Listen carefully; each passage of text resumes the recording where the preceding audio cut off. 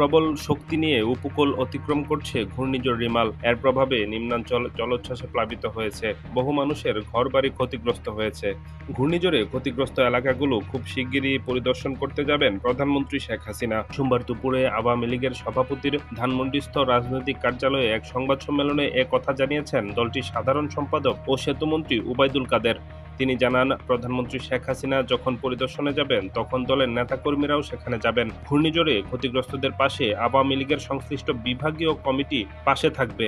প্রধানমন্ত্রী দেশরত্ন শেখ হাসিনা সারা রাত জেগে দুর্যোগ মোকাবিলার সকল প্রস্তুতি তিনি মনিটর করেছেন,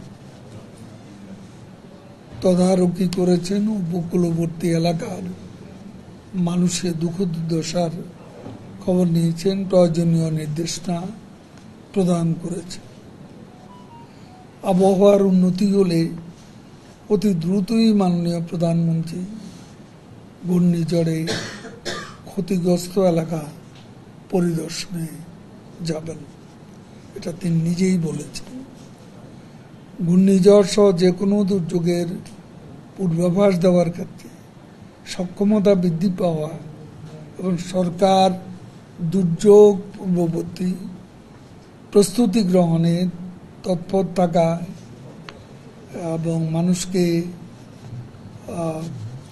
সরিয়ে নেওয়ার যে পূর্ব প্রস্তুতি সেটা যথাসময় সম্পন্ন করা, ঘূর্ণিঝড়ে ক্ষয়ক্ষতির পরিমাণ কমিয়ে আনা সম্ভব হয়েছে।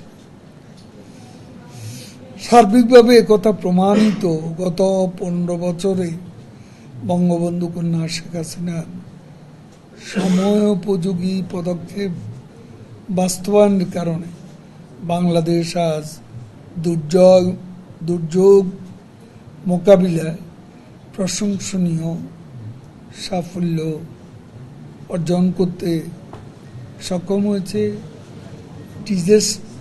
ডিজাস্টার ম্যানেজমেন্টে বাংলাদেশের এ সাফল্য আজকে সারা দুনিয়া প্রশংসিত হয়েছে, প্রশংসিত হচ্ছে। প্রাইম মিনিস্টার যখন যাবেন তখন আমাদের অনেকেই যাবে, তিনি আমাদের সভাপতি।